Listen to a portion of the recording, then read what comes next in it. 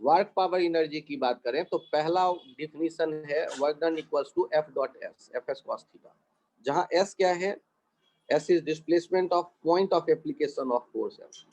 अब यहाँ सोचिए, एक आदमी ए से बी पॉइंट पर चला आया दौड़ते हुए, और ए से बी पॉइंट तक आने के क्रम में फ्रिक्शन के कारण इस आदमी पे कितना वर्क किया गया, ये हम जानना चाहते हैं। यहाँ हम जानना चाहते हैं फ्रिक्शन का वर्क ए और बी के बीच कितना हुआ आदमी पे। तो बहुत से बच्चों को ये तुरंत समझ में आता है कि ये फोर्स कितना है फ्रिक्शन का, वही एक्सलेट कर रहा है। यदि फ्रिक्शन ही एक्सलेट कर रहा है और वो स्टैटिक है आपके चलते वक्त, क्योंकि आप पैर को रब नहीं कर रहे ग्राउंड पे, तो फ्रिक्शन एफ एस बराबर एम ए, आपको फ्रिक्शन का वैल्यू पता चल गया। आपको डिस्प्लेसमेंट बता दिया गया है क्वेश्चन में कि एस डिस्प्लेसमेंट है, दोनों के बीच का एंगल भी दिख रहा है थीटा 0 डिग्री। तो बड़े अचानक आपके डिफिनीशन आपको रिजल्ट दे देता है F S into S into cos 0, लेकिन लफड़ा ये है M A into S into 1 कि ये जो फ्रिक्शन का वर्क डन आप देखते हैं ये गलत है, जो कि सारी दुनिया को सही लग रही होती है, आपको भी सही लगेगा, लेकिन है ये गलत। और उस गलत होने के पीछे ये स्टार मार्क दे करके जो पॉइंट लिखा गया है वो है कि जब आप डिस्प्लेस होते हैं तो याद करो, आपका पैर जो आपके फुट जो ग्राउंड को टच कर रहा है वहां पर फ्रिक्शन है स्टैटिक, और दूसरा पैर हवा में है और पूरा बॉडी आप आगे ले गए, फिर दूसरे पैर को ग्राउंड पे रखते हैं और पहला पैर हवा में आता है, फिर पूरा बॉडी आगे बढ़ाते हैं आप, फिर दूसरे पैर को ग्राउंड पे रखते हैं। तो जिस पैर के पॉइंट पर फ्रिक्शन एक्ट कर रहा है उस पॉइंट को हम उतने देर जितने देर वो फ्रिक्शन एक्ट कर रहा है डिस्प्लेस होता नहीं देखते। फिर से मैं बोलता हूँ, ग्राउंड को टच करने वाला जो पैर का पॉइंट है उसी फुट के ग्राउंड के साथ कांटेक्ट पॉइंट पे स्टैटिक फ्रिक्शन है, और जितनी देर पैर कांटेक्ट में है उतनी देर स्टैटिक फ्रिक्शन है, और उतनी देर उस पॉइंट का डिस्प्लेसमेंट तो हो नहीं रहा। उस पॉइंट के अलावा बॉडी के बाकी पार्ट आप डिस्प्लेस करके एक स्टेप आगे ले जाते हो, लेकिन पैर के वो पॉइंट जो ग्राउंड के कांटेक्ट में था जहां फ्रिक्शन था उसका कोई डिस्प्लेसमेंट नहीं हुआ। इसलिए इस स्टैटिक फ्रिक्शन का जो वर्क डन होगा, इस स्टैटिक फ्रिक्शन का वर्क डन होगा 0। सर ये तो बड़ा कंफ्यूजिंग है। देखिए, आप जब बात करते हैं कि ट्रिकी पॉइंट्स समझें, तो ट्रिकी पॉइंट में ये सबसे ट्रिकी पॉइंट है। यहाँ सोचिए, यदि ऐसा होगा कि आदमी जो है ये एक सीढ़ी पे चढ़ना शुरू करता है और ये छत तक जाता है, तो इसके पैर पे याद करो नॉर्मल एक्ट करता होगा, इस आदमी पे उस ग्रेविटी mg एक्ट करता होगा, और ये आदमी h हाइट ऊपर प्लेटफॉर्म तक पहुंचा। आपको इस आदमी के ऊपर वर्क डन नॉर्मल ने कितना किया ए से बी जाने के क्रम में ये बताना है। मत पूछना आदमी छोटा कैसे हो गया, जगह कम थी वहां। और वर्क डन ग्रेविटी का कितना होगा ये हम जानना चाहते हैं, आराम से सोचना। तो आप कहोगे सर इसमें कौन सी बड़ी बात है, ग्रेविटी का जो फोर्स लग रहा है वो लग रहा है नीचे और डिस्प्लेसमेंट है ऊपर h, और साथ में आ गया डिस्प्लेसमेंट का वर्टिकल कंपोनेंट और उनमें एंगल पाई, तो माइनस mgh हो गया ग्रेविटी का वर्क। आप कहोगे सर इसमें कौन सी बड़ी बात है, normal into H into cos 0, ये NH हो जाएगा इसका वर्क। n कितना, n खुद mg के बराबर है क्योंकि वर्टिकल डायरेक्शन में एक्सेलरेशन नेग्लिजिबल हम मान रहे हैं, स्लोली गया ऊपर, तो प्लस mgh हो जाता है वर्क। ये आपके दिमाग में आएगा। तो फिर से एक बार इसको एनालाइज करो कि जब आप बात करते हो ग्रेविटी तो आदमी जैसे जैसे ऊपर गया, ग्रेविटी जिस पॉइंट पे एक्ट कर रहा है that is centre of gravity, उस पॉइंट को हमने देखा कि वो ग्राउंड के रिस्पेक्ट में ऊपर आया, और हमेशा ग्रेविटी उस पॉइंट पे एक्ट कर रहा है जो ऊपर डिस्प्लेस हुआ है। तो ग्रेविटी का वर्क डन माइनस mgh चलेगा। क्यों? क्योंकि जो डिस्प्लेसमेंट होगा उस डिस्प्लेसमेंट के दो कंपोनेंट देखेंगे, एक sx और एक sy। तो mg का sx के साथ तो डॉट प्रोडक्ट 0 हो जाएगा, क्योंकि mg और sx 90 डिग्री पे है। तो mg का किसके साथ डॉट प्रोडक्ट बचेगा? sy के साथ। तो sy वाला माइनस mgh हो गया, sy खुद h के बराबर है। तो नॉर्मल के लिए भी वही कहानी आपने अप्लाई कर दिया, लेकिन ध्यान से देखिए, नॉर्मल पैर के जिस पॉइंट पे एक्ट कर रहा होता है उस पॉइंट का क्या डिस्प्लेसमेंट होता है? सोचो, आप सीढ़ी पे चलते हुए एक पैर अपना आप हवा में लेते हो, अगले ऊपर वाले स्टेप पे डालते हो, और दूसरा पैर जमीन को तब तक टच करता रहता है। बॉडी एक स्टेप ऊपर आया, लेकिन पैर का वो पॉइंट जो ग्राउंड को, जो सीढ़ी को टच कर रहा है, स्टेप्स को टच कर रहा है, वहां नॉर्मल है, लेकिन उस पॉइंट का कोई डिस्प्लेसमेंट नहीं है। और दूसरा पॉइंट जब ग्राउंड को टच करता है तो दूसरे पैर पे भी नॉर्मल आया, और पहला पैर आप हवा में लेते हो तो वहां से नॉर्मल गायब हो गया। अब दूसरा पैर जो स्टेप को टच कर रहा है, सीढ़ी जिस सीढ़ी को आप टच कर रहे हैं उसको पकड़ के बैठा है, और आप पूरा बॉडी आगे एक स्टेप और ऊपर ले आते हो, लेकिन वो पॉइंट जहां नॉर्मल है उसका कोई डिस्प्लेसमेंट नहीं दिख रहा। तो हम लोग क्या कह देंगे कि नॉर्मल का ये तरीका जो आप mgh पूरी दुनिया को सही लग रहा है वो सही नहीं है। नॉर्मल के वर्क डन का जो रिजल्ट होगा, work done by normal on man, ये होगा 0। Work done by normal, work done by normal on man, on the man, यहां जो देख रहे हैं ये 0। आपके मन में फिर ये विचार घर कर जाएगा कि नॉर्मल का वर्क डन हमेशा 0 होगा, तो वो भी मैं नहीं चाहता। ये देखो, ये लिफ्ट ए एक्सलेशन से ऊपर जा रहा है, और इस ब्लॉक पे नॉर्मल, और ये mg, और ये रेस्ट से स्टार्ट करता है टाइम 0 पे।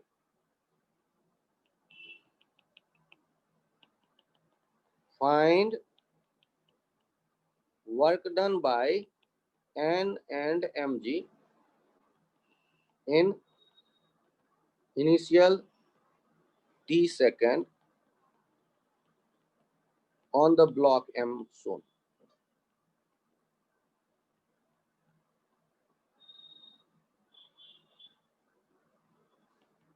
आपको नॉर्मल और mg का ब्लॉक m पे वर्क डन बताना है इनिशियल t सेकेंड में। तो सबसे पहले ये फील करो, क्या लिफ्ट यहीं रहेगी या ऊपर आ गया होगा टी टाइम बीतने पे?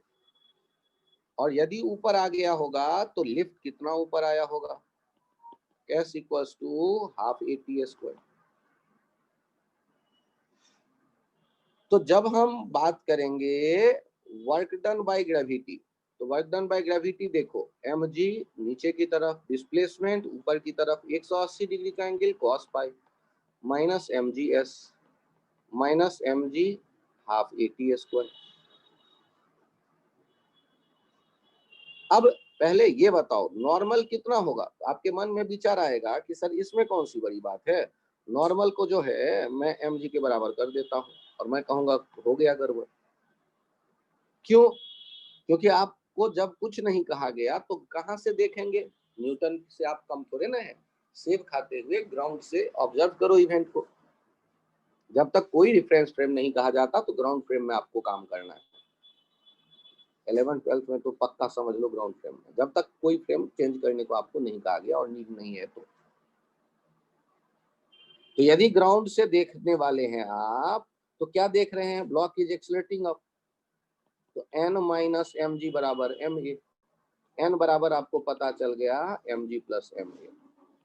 और आप जिस पॉइंट पे नॉर्मल को एक्ट करता देखते हो वही पॉइंट तो s डिस्प्लेस हुआ है। तो वर्क डन बाय नॉर्मल हो जाएगा n into S into cos 0, mg plus ma, और s के लिए हो गया हाफ at स्क्वायर और कॉस 0 हो गया 1। तो काम बन गया अपना। जिन लोगों को ये वर्क डन समझ में आया है प्लीज हैंड राइज करें जल्दी जल्दी। बहुत बढ़िया वृंदा, पुलकित, अंचित, बहुत बढ़िया सिमरन।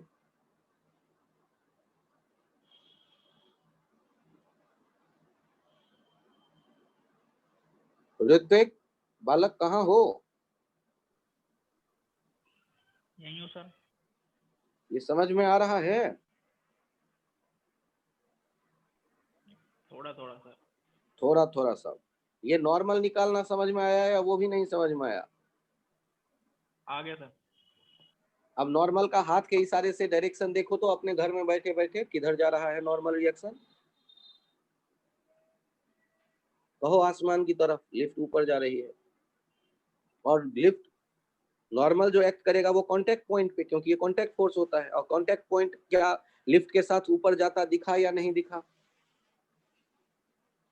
तो डिस्प्लेसमेंट भी ऊपर की तरफ। डिस्प्लेसमेंट काइनेमेटिक्स से आपको पता है, लिफ्ट का हाफ एटी स्क्वायर, यू 0 है क्योंकि रेस्ट स्टार्ट होता है, स्टार्ट्स फ्रॉम रेस्ट।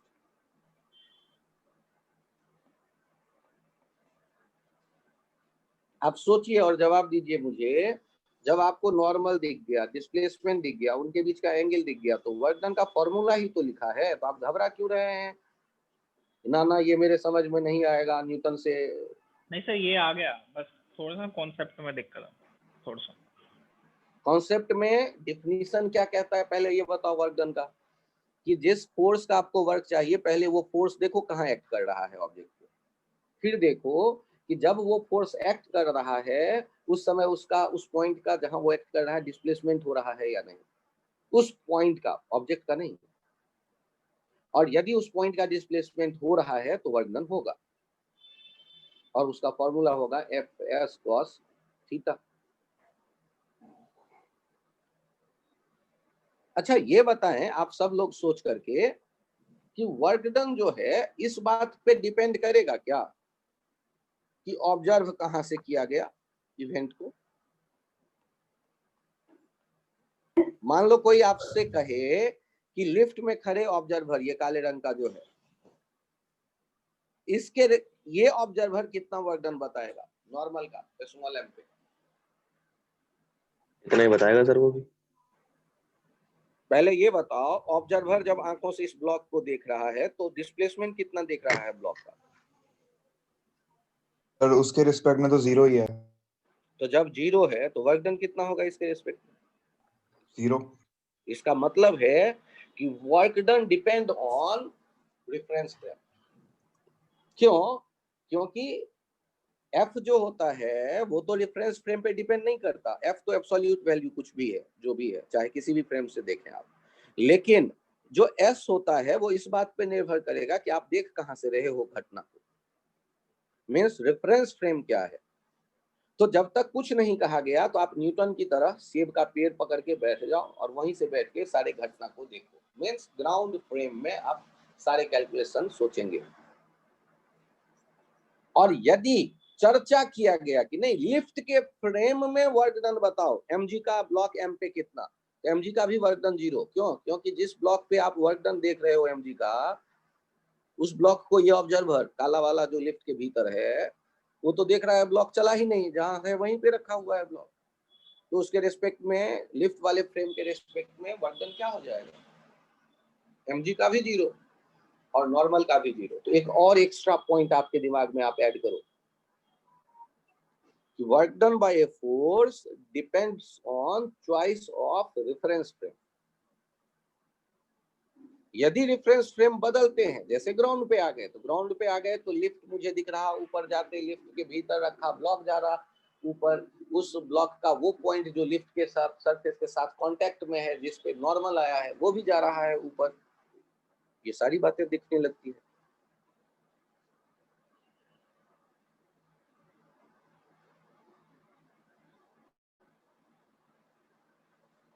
अच्छा एक एक देखिए आराम से, एक और क्वेश्चन, जल्दबाजी मत करिएगा, गलत हो जाएगा। जवाब देना। मान लीजिए एक कार या ट्रक के भीतर एक इंक्लाइन प्लेन है,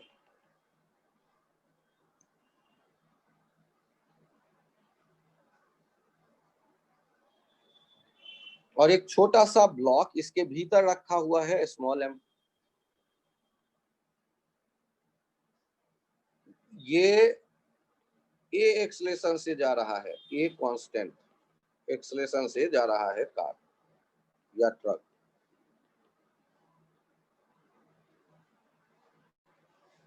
इनिशियल वेलोसिटी टाइम 0 पे इस ट्रक का वेलोसिटी है u।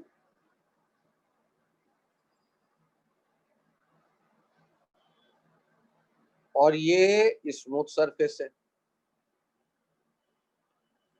ये सारा सीन टाइम 0 का देखा आपने। कुछ देर बाद आप देखते हैं टी टाइम पर ये यहां चला आया।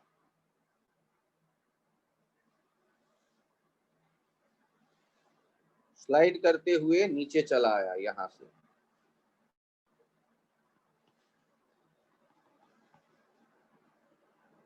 तो इस दौरान जो स्मॉल m पे नॉर्मल एक्ट कर रहा होगा n,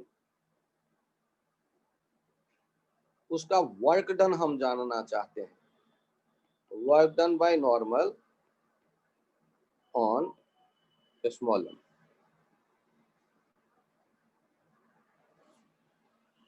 work done by normal on small m।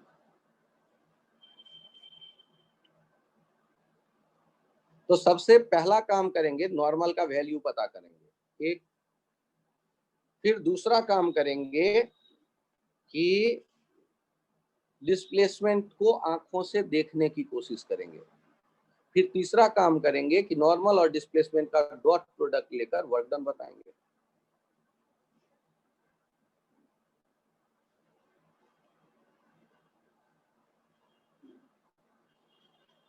अब आप गौर करिए, जब आप डिस्प्लेसमेंट की बात करेंगे तो n के उस पॉइंट का दो डिस्प्लेसमेंट दिखेगा, एक S1 और एक S2।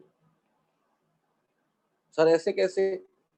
देखो ना, जिस ट्रक में वो है वो ट्रक आगे गया, मतलब ये ब्लॉक, मतलब ये कांटेक्ट पॉइंट आगे गया, और ट्रक के रेस्पेक्ट में वो स्लाइड भी किया भीतर में। इसका मतलब उसके पास दो दो तरह के डिस्प्लेसमेंट है, कुछ हॉरिजॉन्टल डायरेक्शन में, कुछ इंक्लाइन प्लेन के पैरेलल। S2 कितना है ये मुझे नहीं पता, और S1 कितना है ये हम जानते हैं, उतना ही जितना ट्रक का है टी टाइम में, ut plus half AT square. और ये कितना है ये मुझे नहीं पता, S2। नॉर्मल सर कहां से आएगा? तो ये भी इंटरेस्टिंग पॉइंट।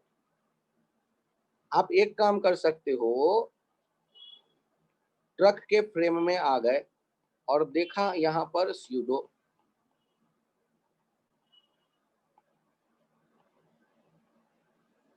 तो आप जब mg के कंपोनेंट बनाओगे तो इधर आएगा mg cos थीटा और इधर आता था mg sin थीटा। उसी तरह ma के कंपोनेंट बनाओगे तो इधर आ जाता है ma cos थीटा और इधर आता है ma sin थीटा। चूंकि नॉर्मल के डायरेक्शन में कोई एक्सप्रेशन नहीं है, जो भी जब कब लिफ्ट से जब आप देख रहे हैं, सॉरी कार के भीतर से जब देख रहे हैं तभी तो स्यूडो लगाया है। कार के भीतर से जब देख रहे हैं तो इंक्लाइन प्लेन के पैरेलल मोशन है, लेकिन इंक्लाइन प्लेन के परपेंडिकुलर कोई मोशन नहीं है, इसीलिए n बराबर क्या लिख देंगे, ma sin theta plus mg cos theta. अब बारी आता है वर्क डन लिखने की। वर्क डन में क्या लिखेंगे, vector n dot S1 plus S2। अब ध्यान से देखिएगा, वेक्टर n का S1 से भी डॉट प्रोडक्ट देखना है आपको, और वेक्टर n का S2 से भी डॉट प्रोडक्ट देखना है आपको। n into S1 into cos, ध्यान से देखिए, ये थीटा है तो यहाँ भी थीटा होगा, यहाँ S1 के साथ एंगल हो जाएगा 90 minus theta, cos 90 minus theta. और दूसरा जो है S2, उसके बीच में जो एंगल दिख रहा है N और S2 के बीच का एंगल, वो है 90 डिग्री। सर मुझे नहीं दिख रहा, यहाँ देखो ना, नॉर्मल और डिस्प्लेसमेंट 90 डिग्री। तो 90 डिग्री वाला टुकड़ा तो 0 हो गया, तो बचा कौन? पहला वाला टुकड़ा। और वो कितना हो जाएगा? तो यहाँ देखिए ना, work done by normal red colour में मैं लिख दे रहा हूँ बीच में, n के बदले mg cos theta plus ma sin theta, s के बदले s1 के बदले ut plus half at square, और साथ में sin थीटा 1, क्यों? तो cos 90 minus theta sin theta हो जाता है। यदि इस लेवल पे जाकर आप सोचने लगे तो कहलाता है कि आपने एनएलएम भी ठीक से पढ़ा है और आपको रेफरेंस फ्रेम का भी आइडिया है और आप वर्क के डिफिनीशन को भी अप्लाई करना सीख गए। एक ही दिन में इतना होना मुश्किल जरूर है, लेकिन इसी लेवल पे जब हम आते हैं तो हम कहते हैं कि अब आईआईटी वाले क्वेश्चंस हमें दुखी नहीं करेगा, हम तैयार हैं उसको फेस करने के लिए। सर हाँ बोलो। सर इसमें हम मतलब कौन सा फ्रेम यूज कर रहे हैं? वर्क डन के लिए क्या हमने कहा? कोई फ्रेम कि किस फ्रेम में वर्क डन निकालो? तो सर आपने कुछ नहीं कहा, तो ग्राउंड फ्रेम में देखेंगे। तो ग्राउंड फ्रेम में कितना दूर चलते दिखाइए? सर ग्राउंड फ्रेम में तो S1 और S2 दोनों दिखेंगे। इसीलिए वर्क डन में दोनों आए या नहीं आए? अब मुझसे Yes, पूछो sir. कि सर नॉर्मल को कैलकुलेट करते वक्त आपने ट्रक के फ्रेम का यूज क्यों किया? ये सर क्योंकि वही फोर्स का जो easy वैल्यू होता है, सुनो ध्यान से, फोर्स का जो वैल्यू होता है वो एब्सोल्यूट है, वो किसी भी फ्रेम से देखोगे तो एक ही आएगा। तो जब हम लिफ्ट के फ्रेम में जाकर देखते हैं तो नॉर्मल को का कैलकुलेशन आसान है, क्योंकि इंक्लाइन प्लेन के पैरेलल उसका मोशन लिफ्ट वो कार के फ्रेम में या ट्रक के फ्रेम में हमें दिख रहा है, लेकिन इंक्लाइन प्लेन के परपेंडिकुलर उसका कोई मोशन नहीं दिख रहा। तो जिससे इंक्लाइन प्लेन के परपेंडिकुलर नेट फोर्स 0 कहना कार की ट्रक के फ्रेम में आसान है। आपसे यदि केवल मैं नॉर्मल निकालने को कहूं तो आप तो कोई भी फ्रेम यूज कर सकते हो ना, चाहे ग्राउंड, चाहे लिफ्ट, चाहे ट्रक। तो नॉर्मल निकालने का काम अलग से सीखो तुम। नॉर्मल कैसे निकालेंगे? चलो, तुम्हें यदि ट्रक के भीतर बैठते अच्छा नहीं लग रहा तो एक सेब का पेड़ लगाओ, वहां खड़े हो जाओ, एफबीडी बना दो। एफबीडी में एक एमजी होगा और एक नॉर्मल होगा यदि स्मूथ सरफेस है तो, और ये किधर जाते दिखेगा? ट्रक के साथ ए एक्सलेशन से जाते दिखेगा। तब आप क्या करोगे? एक एक कंपोनेंट बना सकते हो, ए कॉस थीटा और इधर ए साइन थीटा, और mg के भी कंपोनेंट बन सकता है, mg cos theta, mg sine theta. और अब आप fy बराबर ma सोचो, n minus mg cos theta बराबर ma साइन थीटा सोचो, और तब देखो n कितना आया, ma sine theta plus mg cos theta आया। क्या ये वही आया जो लिफ्ट के फ्रेम में हम, ट्रक के फ्रेम में हम कैलकुलेट करके बैठे थे? Yes sir. तो घबराना नहीं है, क्योंकि फोर्स एब्सोल्यूट वैल्यू है, किसी भी फ्रेम में कैलकुलेट करो। अब तुम्हें क्या लगता है कौन से फ्रेम में नॉर्मल रिएक्शन का कैलकुलेशन आसान दिख रहा है? ग्राउंड फ्रेम में या ट्रक के भीतर से ऑब्जर्व करने पर? ट्रक के फ्रेम में सर। तो ट्रक के फ्रेम में, इसीलिए मैं चला गया।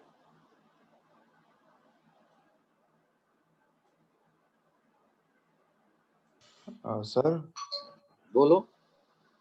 सर मान लेते हैं कि हम लोग ट्रक के अंदर ही बैठे हैं, हम लोग बाहर तो थे ही नहीं। हम लोग यदि बाहर नहीं हैं, हाँ, ट्रक के भीतर ही है, मतलब हमें अब बस फिर ये दिखेगा कि वो ब्लॉक ऊपर से बस नीचे स्लाइड किया, क्योंकि हम भी ठीक है, साथ चल रहे हैं। तो क्या ठीक है, ऐसा कोई तरीका है कि सिर्फ हम अंदर बैठे बैठे नॉर्मल का नेट वर्क डन निकाल दें? नहीं तो अंदर बैठे बैठे जब हम नॉर्मल का नेटवर्क डन देखेंगे तो वो कहलाएगा ट्रक के फ्रेम में नॉर्मल का वर्क डन। तो आपको फ्रेम ऑफ रेफरेंस जहां से ऑब्जर्व करोगे, वर्क डन का डिफिनीशन अप्लाई करके वर्क डन उसी फ्रेम का मिलेगा, ये ध्यान रखना। ठीक है सर। तो ट्रक के फ्रेम में चले गए और तब हम यदि नॉर्मल का वर्क डन देखेंगे तो 0। हाँ, तो 0 ही आएगा। तो 0 ही आएगा, कोई दिक्कत नहीं। या हम सर ऐसे कर सकते हैं कि जितना जितना काम हम मतलब जैसे हम लोग वहां बैठे हैं तो हम पर भी तो कुछ वर्क हो रहा है क्योंकि हम भी तो डिस्प्लेस नहीं हो। नहीं, उससे उससे कोई उसको हमारे ऊपर का हम ब्लॉक को जोड़ दें, घटा दें, ऐसा कुछ मत करना, कतई मत करना। जो तरीका दे रहा हूँ उसको फॉलो करो। नॉर्मल या कोई फोर्स एब्सोल्यूट वैल्यू की तरह देखो, वो किसी भी फ्रेम में एक ही जैसा तुम्हें मिलने वाला, एक पॉइंट। दूसरा पॉइंट, जब तुम डिस्प्लेसमेंट देख रहे हो, कोई फ्रेम नहीं कहा गया, तो सेव खाते हुए न्यूटन की तरह ही डिस्प्लेसमेंट लेके वर्क डन बताओ। यदि तुम और कुछ करने वाले हो तो गए काम से। ठीक है। क्योंकि रेफरेंस फ्रेम की चर्चा नहीं करना ये तय कर देता है कि ग्राउंड फ्रेम माना गया है। यदि एग्जामिनर कोई और फ्रेम बोले तो उसको बोलना पड़ेगा, बिना बोले हम लोग थोड़े ना अंतर्यामी हैं कि समझ जाएंगे। और जिस फ्रेम के रिस्पेक्ट में वर्क डन ढूंढने को कहे उस पर बैठ जाना खुद, फिर ऑब्जर्वेशन लेना। फोर्स चाहे उस फ्रेम से देखो चाहे ग्राउंड फ्रेम से देखो, फोर्स का वैल्यू तो सेम ही आने वाला है।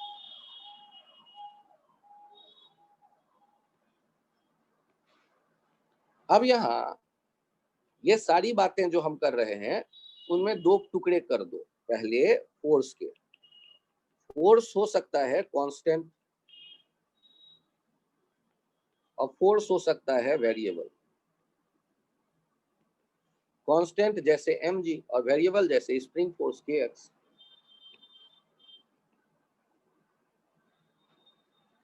तो वर्क डन में ध्यान रखिएगा, जब कांस्टेंट फोर्स का वर्क डन लिखते हैं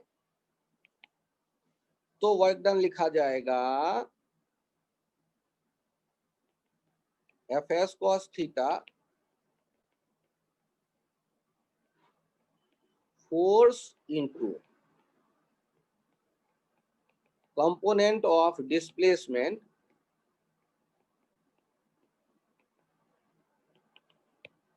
इन डायरेक्शन ऑफ फोर्स। या दूसरा वर्क डन हो जाएगा s into F cos theta.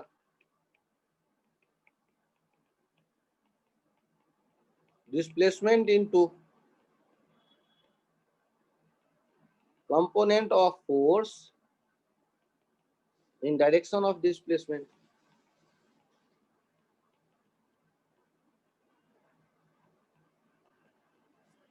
तो दो रास्ते दिखे या नहीं, और दोनों एक ही जगह आपको ले जा रहा है। फिर से समझिए, हमारे पास है ना work done constant F S cos theta, ये एफ डॉट एस था, एफ डॉट एस था, एफ एस कॉस थीटा हो गया। अब ये एफ एस कॉस थीटा में आप या तो ये सोचो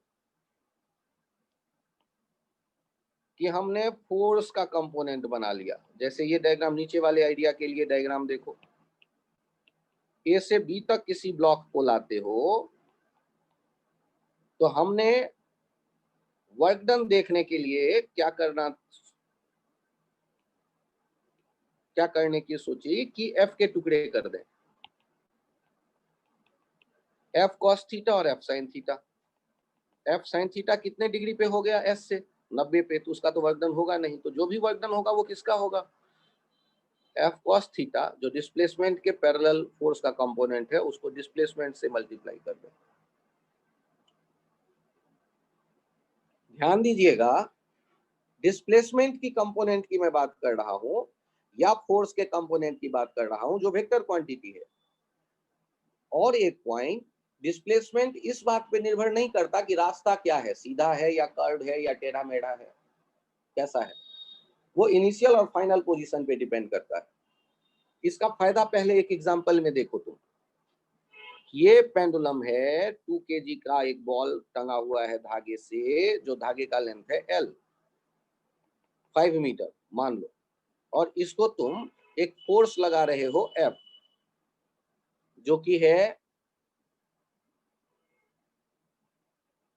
30 न्यूटन का या 60 न्यूटन का।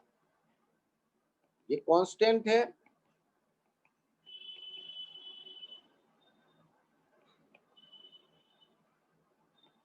always acts in horizontal direction।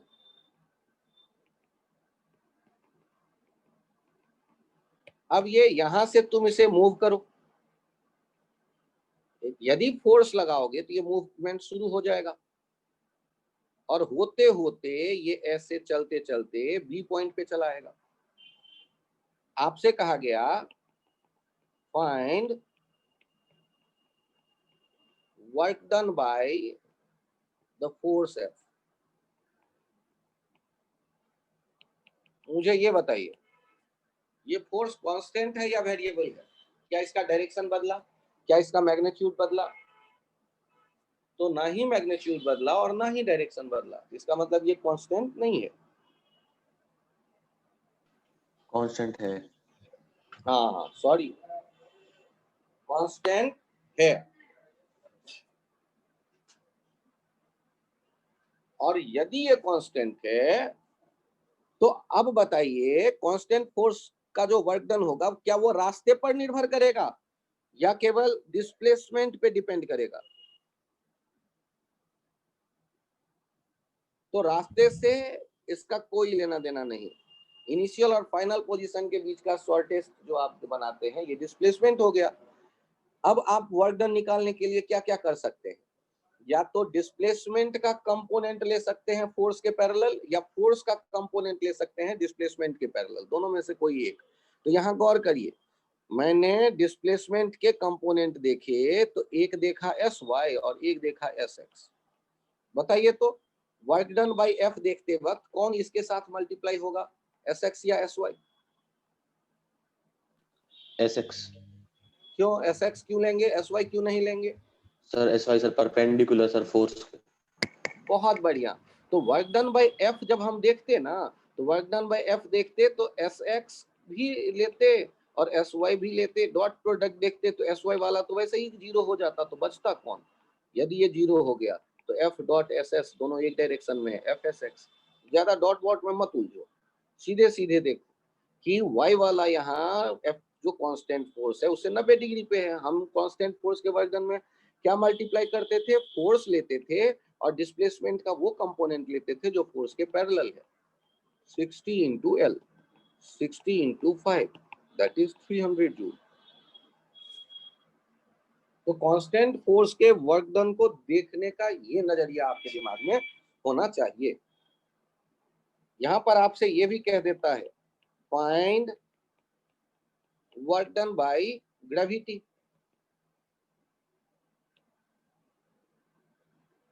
अब यदि वर्क डन बाय ग्रेविटी की बात कर रहा है इसी क्वेश्चन में,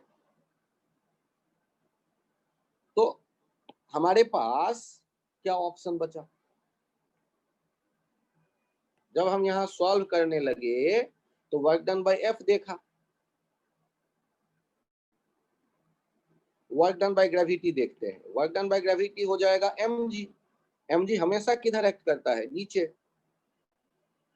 चाहे ए पर देखें या बीच में कहीं देखें, हर एक जगह एक्ट तो जरूर कर रहा है। हर एक जगह एफ हॉरिजॉन्टल एक्ट कर रहा था। mg के साथ कौन आएगा, sy, और वो माइनस आ जाएगा क्योंकि अपोजिट डायरेक्शन में है sy। ये हो गया माइनस mgh। तो ग्रेविटी का वर्क, यहां से ये भी ध्यान रखिए, ग्रेविटी का work do not depends on path but depends only on height. यदि हाइट बढ़ा तो ग्रेविटी का वर्क निगेटिव, यदि ऑब्जेक्ट का हाइट घटा तो ग्रेविटी का work positive. Gravity constant force है, रास्ते से कोई मतलब नहीं, रास्ता कितना भी टेढ़ा मेढ़ा हो। तो क्या मैं मान के चलूं कि कांस्टेंट फोर्स का आपको वर्क डन का आइडिया मिल गया? Yes sir. तो बचा कौन, वेरिएबल फोर्स। फोर्स जब भी आप कहेंगे, फोर्स में दो चीजें देखिएगा, एक मैग्नीट्यूड और एक डायरेक्शन। जब हम वेरिएबल फोर्स के वर्क डन की बात करेंगे तो वेरिएबल फोर्स के वर्क डन के लिए क्या कहते हैं, एफ डॉट डेल्टा एस या एफ डॉट डेल्टा एस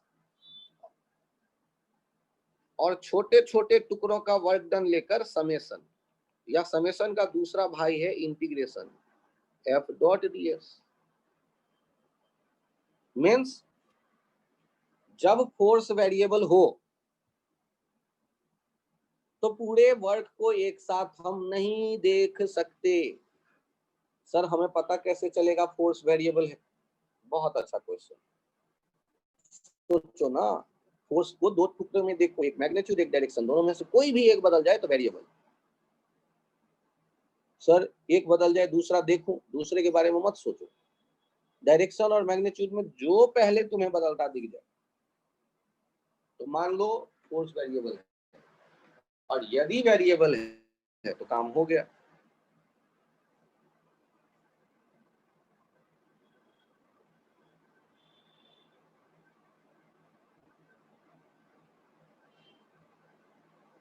आराम से सोचिए, टाइम लीजिए और मुझे बताइए कि कांस्टेंट फोर्स में क्या हम छोटे छोटे टुकड़े में वर्क डन देखेंगे या पूरे पाथ का एक साथ वर्क डन देखेंगे?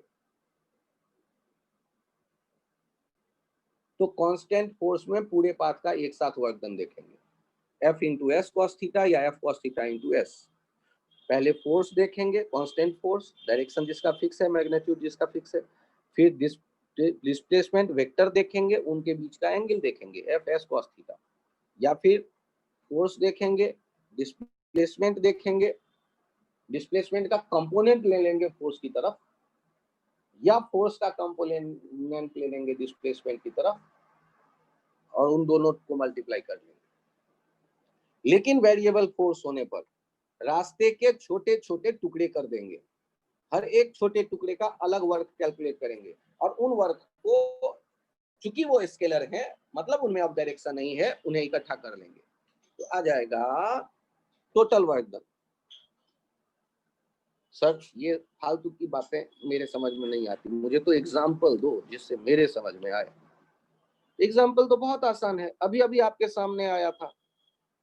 यहाँ देखो तो, ध्यान से देखो, ये जो अभी अभी एक बॉल जिसको कि पकड़कर आप ए से बी तक लेते आए हैं, ए से बी तक लेते आए हैं, इसको इमेजिन करो कि ये टेंशन जो है, ये टेंशन का वर्क डन ए से बी के बीच में कितना होगा इस बॉल पे?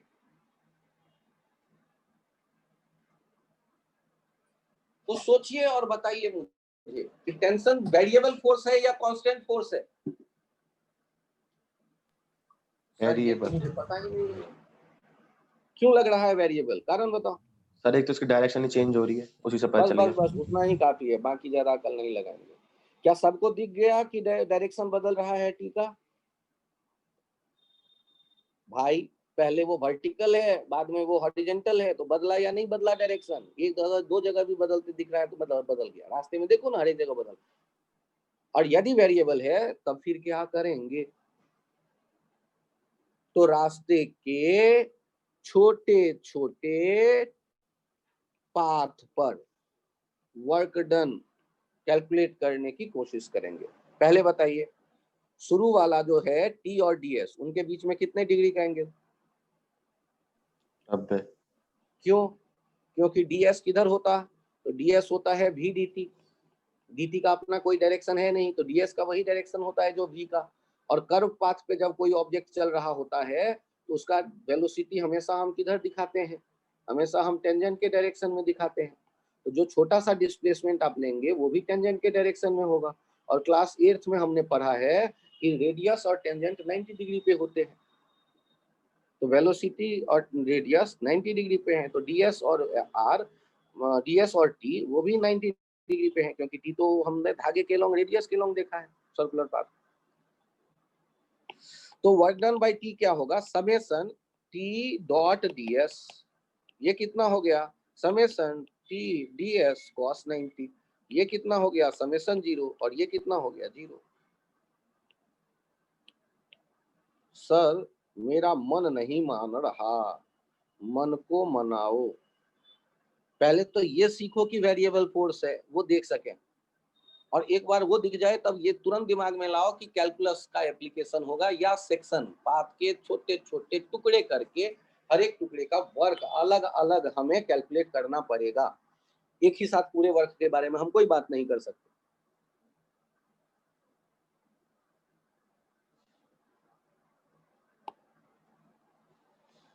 यहां देखिए work done bye spring force. मुझे ये बताइए कि यदि ये स्प्रिंग अभी नेचुरल लेंथ में था और इसको दबाया गया, कोई इसको पुश कर रहा है और स्प्रिंग जो है एक्स दब चुका, और अब स्प्रिंग का फोर्स देखोगे तो वो दिख रहा है के एक्स, और आपको स्प्रिंग का वर्क डन चाहिए तो छोटा सा डिस्प्लेसमेंट dx के लिए work done bye spring force देखो,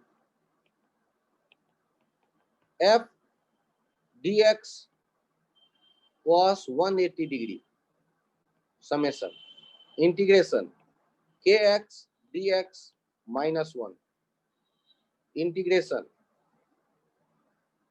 -1 जो है उसको पकड़ के पहले ले लो इंटीग्रेशन से kx dx -kx²/2।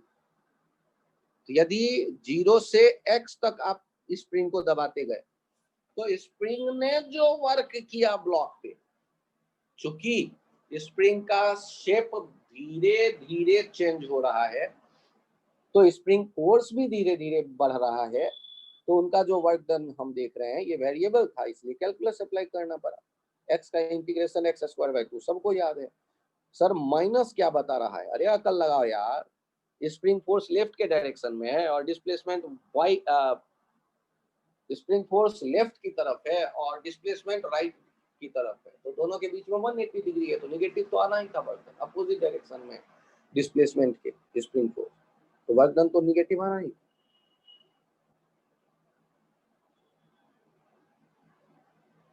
तो जहां कहीं वेरिएबल कुछ हमें मिलता है,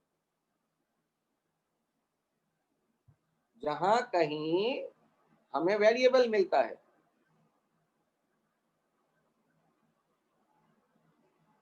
फोर्स, वहां कैलकुलस का हेल्प लेना पड़ेगा। छोटे छोटे सेक्शन में अलग अलग वर्क देखेंगे और इस चैप्टर की सबसे जो इम्पोर्टेंट एक थ्योरम है उनकी चर्चा कर लें, work kinetic energy theorem. Work kinetic energy theorem ये क्या कहता है? Work done by net force is equals to change in kinetic energy। ऐसे इसे लिखते हैं, work done net equals to delta के,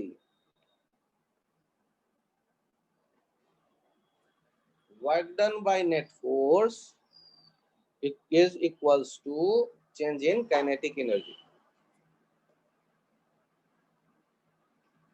सोचिए और बताइए मुझे, ये वर्क डन नेट में कौन से फोर्स, तो आप एफबीडी बनाएंगे और एफबीडी में जो भी दिख जाए। सर यदि मैं नॉन इनर्शियल रेफरेंस फ्रेम में रहा तो, अरे बालक वहां स्यूडो के भी वर्क डन में इंक्लूड करना, क्योंकि एफबीडी में स्यूडो भी होगा। सर स्यूडो का एप्लीकेशन पॉइंट कहाँ होगा?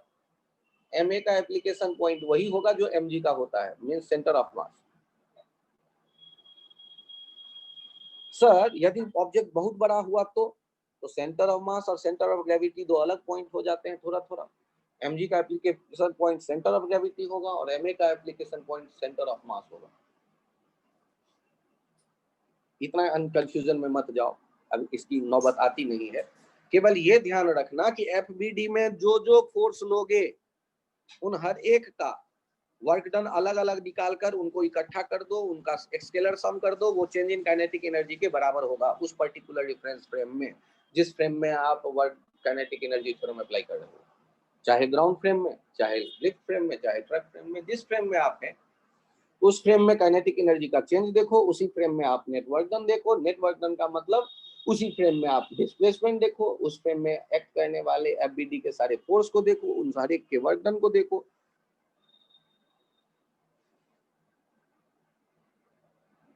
सर ये नेट फोर्स में कौन? नेट फोर्स में सारे इंटरनल एक्सटर्नल सारे एफबीडी में जो दिखाते हैं वो सारे, हर एक का work done, net work done, changing kinetic energy.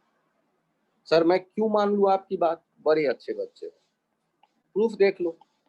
आप सब जानते हैं न्यूटन बड़ा मेहनती था और उसने लिखा कि जब एफ नेट लिखना हो तो एम ए कह दो, और आप बड़े अच्छे बच्चे हो, ए का डिफिनेशन एक लिखा डीवी बाई डी टी, और ए का दूसरा चेन रूल से यूज करते हो डिफिनेशन भी डीवी बाई डी एस। और आप जब नेट वर्क डन की बात करते हो, M V final square by 2 minus M V initial square by 2, ये कितना हो गया? डेल्टा की। इतना आसान है ये प्रूफ। सर इससे मुझे क्या फायदा मिलेगा? तो एचसी वर्मा के किताब उठाओगे, एक्सरसाइज के पहले से आखिरी क्वेश्चन तक कुछ नहीं समझ में आए तो यही थ्योरम अप्लाई करते जाओ, 95% क्वेश्चन जो है तुम्हारे वैसे ही सही रिजल्ट दे देंगे। यदि वर्क, यदि वेलोसिटी, यदि एनर्जी, इन सब का कोई चर्चा है तो work kinetic energy theorem apply कर दो, कहानी खत्म। यदि कभी ऐसा सिचुएशन हो कि फोर्स के बारे में आपके पास ज्यादा इंफॉर्मेशन नहीं दिया गया और फिर भी उसका वर्क डन पूछ रहा है, मतलब एग्जामिनर चाहता है कि आप वर्क काइनेटिक एनर्जी थ्योरम का रास्ता पकड़ लो, क्योंकि फोर्स के ज्यादा इंफॉर्मेशन नहीं होने के बावजूद भी आप एनर्जी थ्योरम के बारे में अप्लाई करने के बारे में सोच सकते हो। सर आप एग्जांपल देके बताओ। एक काम करो, मुझे बताओ तो, यदि ये 2 kg का बॉल है और इसे मैंने ड्रॉप कर दिया 5 मीटर के हाइट से, तो बताओ ग्राउंड पे आते आते इसकी वेलोसिटी कितनी होगी? बालक 10। प्रेडिक्टेड वेलोसिटी कितनी होगी? बोलो,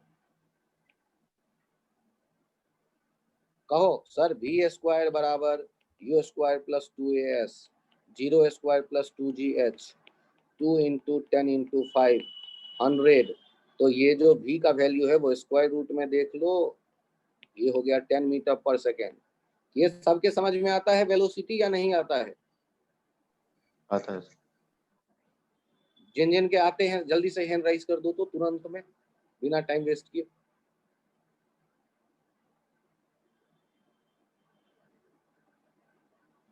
अंशुमन तुम कहाँ हो बालक?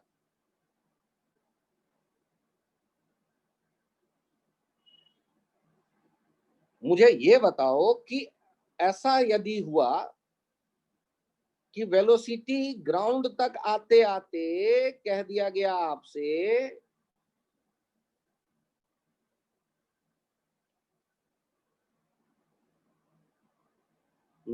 8 मीटर, बहुत बढ़िया, 8 मीटर पर सेकेंड, ठीक है अंशुमन समझ में आ गया तो बहुत बढ़िया। आगे अब फोकस करो, वर्क डन एयर रेजिस्टेंस का कितना होगा ये हम जानना चाहते हैं।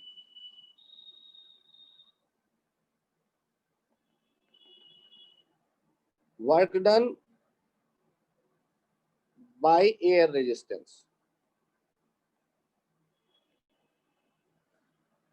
ऑन द बॉल कितना होगा ये हम जानना चाहते हैं। तो एयर रेजिस्टेंस का तो मुझे अता पता है ही नहीं कितना वैल्यू लिखते हैं, आज तक तो कभी सोचा ही नहीं, अभी तक मुझे नहीं कोई जानकारी दी गई, फोर्स के बारे में कुछ कहा भी नहीं गया। एक काम करो ना यार, अभी अभी आपको समझाया work kinetic energy theorem, ball पे कौन कौन काम करने वाला है, सॉल्व करते वक्त उन सबको ढूंढो। Work done net equals to delta K. अब वर्क डन नेट में कौन कौन आएगा? Work done gravity, work done air, कितना delta K final minus K initial. Work done gravity हम लोग तो पक्का जानते हैं, mg भी नीचे एच भी नीचे तो mgh, और वर्क डन एयर लापता, पता ही नहीं है, K final half M V final square initial 0, mgh 2 into 10 into 5, work done air लापता है, half into 2 into V square 8 square 64, work done air 100, work done air -36। मुझे ये बताइए, यदि वर्क काइनेटिक एनर्जी थ्योरम हम ना अप्लाई करें तो क्या कोई और रास्ता है आपके दिमाग में?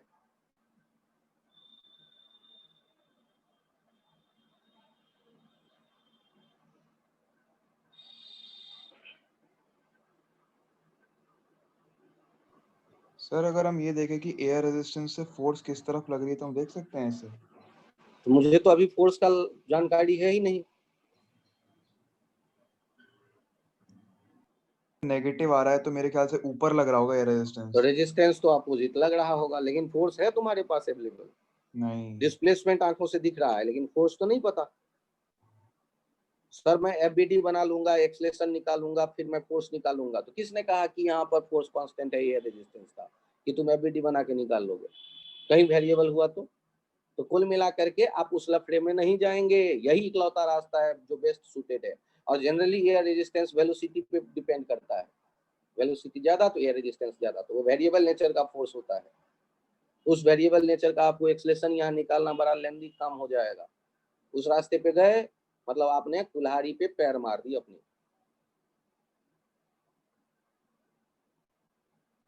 आपके यदि कुछ समझ में आता है तो आप चुनेंगे वर्क काइनेटिक एनर्जी थ्योरम, और यदि कुछ नहीं समझ में आता है तो आप यही चुनिए, मेरी सलाह है। क्योंकि ये जो 3 बेसिक रूल्स हैं मैकेनिक्स के, उनमें से एक है वर्क काइनेटिक एनर्जी थ्योरम। जिनके ये समझ में आ गया उनके 40% मैकेनिक्स कंप्लीट। मोमेंटम समझ में आ जाता है, अगला 30%, और एंगुलर मोमेंटम कंजर्वेशन समझ में आ जाता है, अगला 30%, 100% मैकेनिक्स हो गया। बाकी चीजें छोटी छोटी चीजें हैं, ऐसे ही चर्चा में आता है। काइनेमेटिक्स हो गया, सर्कुलर मोशन का काइनेमेटिक्स हो गया, ये वो फालतू की चीजें, वो सब जो ऑक्सिलरी है, सहायक। मेन है ये वर्क काइनेटिक एनर्जी थ्योरम। देखो एक इंटरेस्टिंग क्वेश्चन, कि यदि आपसे कह दे कि एक लॉन्ग इंक्लाइंड प्लेन है,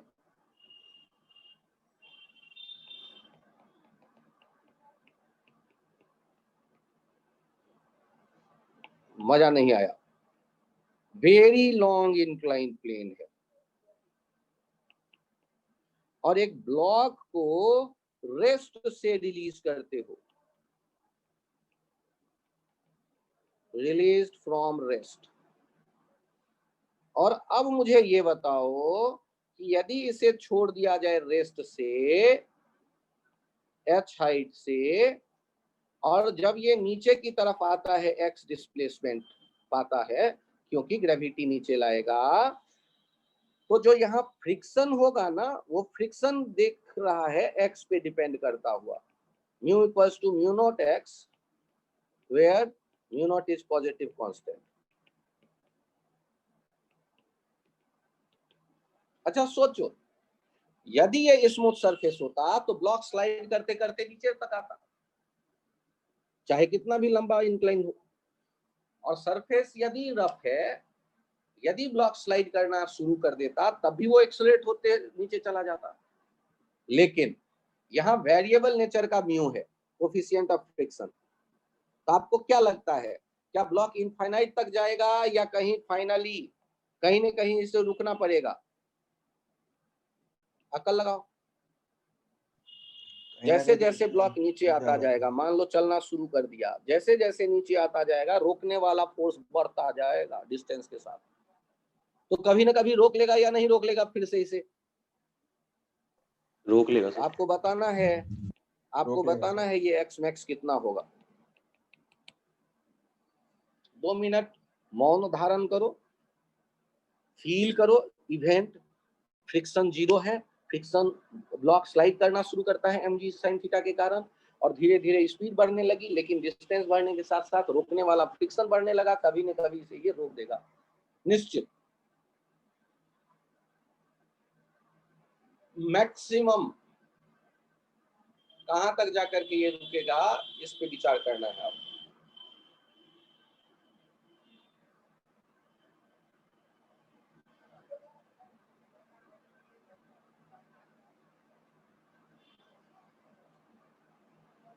अच्छा ये बताओ, यदि कुछ नहीं समझ में आ रहा तो ऐसे में मैंने क्या करने की सलाह दी है?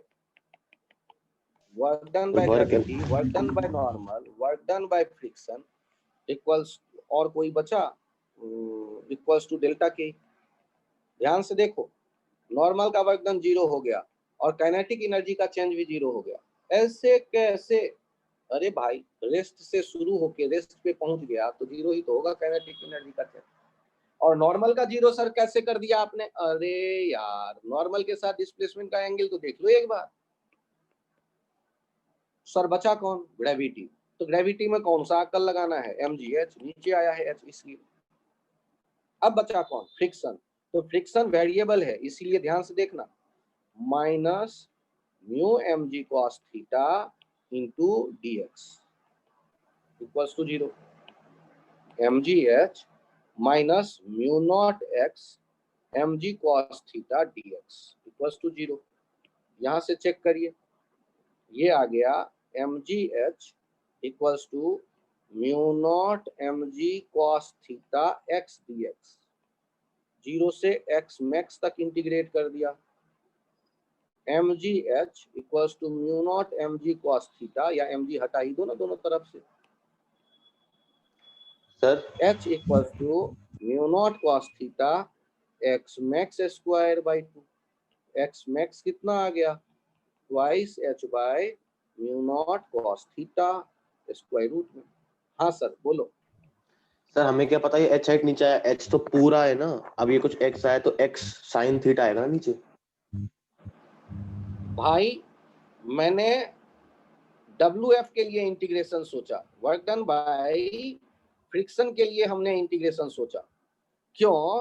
क्योंकि work done by friction variable था। ग्रेविटी का तो हम ए से बी तक डायरेक्ट एक साथ लिख सकते हैं या नहीं? क्या वो वेरिएबल फोर्स है या कांस्टेंट फोर्स है? हम वर्क काइनेटिक एनर्जी थ्योरम छोटे से पार्ट में लगा रहे हैं या पूरे में? सर हमें ये तो नहीं पता ना वो कितना हाइट नीचे आया है, एच हाइट तो पूरा है ना। कोई बालक, ये एच गिवन होगा, ये और नहीं एच हाइट गिवन नीचे है आया तो है। एच को रिप्लेस एक, अरे बालक सुन तो लो, सुन तो लो। चलो एक्स मैक्स निकालना है या नहीं निकालना है? तो एक काम और करते हैं ना, एक्स मैक्स के फॉर्म में एच को रख देते हैं, एक लेवल और चेंज कर लेते हैं। ठीक, एक्स नहीं पता, एक्स हटा दिया ना। और अब बताओ, एक्स के एच के बदले मुझे क्या लिखना चाहिए? X max X cosec theta, X max sine theta. Check कर लो, एक्स मैक्स साइन थीटा लिखना चाहिए या नहीं? Yes sir.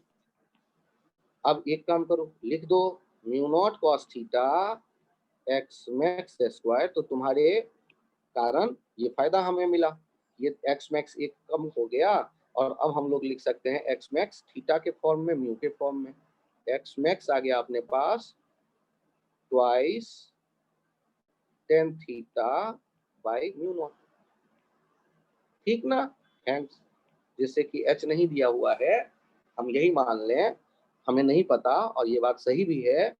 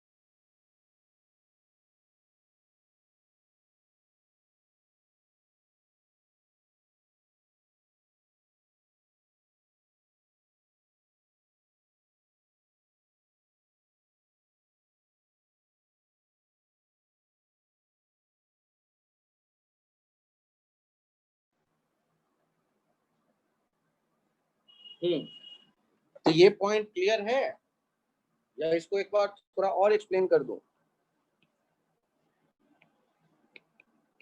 ये रेस्ट, ये भी रेस्ट, एक्स मैक्स हम ढूंढ रहे हैं, ये थीटा एच नहीं पता, work done by normal 0, work done by gravity mg x max sin theta, और work done by friction minus f dx minus mu N dx minus mu naught x N dx minus mu naught x into mg cos theta into dx, और इनको integrate कर लो 0 से x max तक, कितना आ जाता है?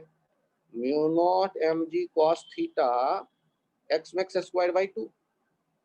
और फिर क्या करने वाले हो तुम? वर्क डन नेट के लिए work done normal, work done gravity, work done friction equal to delta K लिख दो।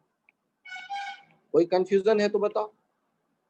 अलग फ्रिक्शन निकाल लो, अलग नॉर्मल निकाल लो, अलग ग्रेविटी का वर्क निकाल लो और सबका सम करके डेल्टा के के बराबर कर दो।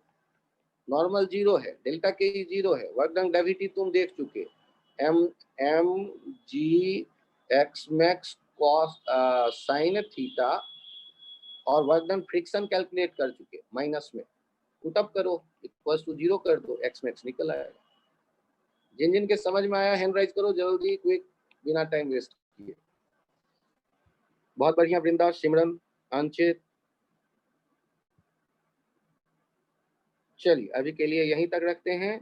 बहुत बढ़िया Hrithik, Anshuman, thank you, bye bye. HC Verma उठा के ट्राई कर लो, HC वर्मा उठाओ, वर्क पावर एनर्जी सारे क्वेश्चन में अप्लाई कर देना, वर्क काइनेटिक एनर्जी थ्योरम। अगले टर्न पे कंजर्वेटिव, नॉन कंजर्वेटिव फोर्स और पोटेंशियल एनर्जी की चर्चा करता हूँ। Thank you, bye bye.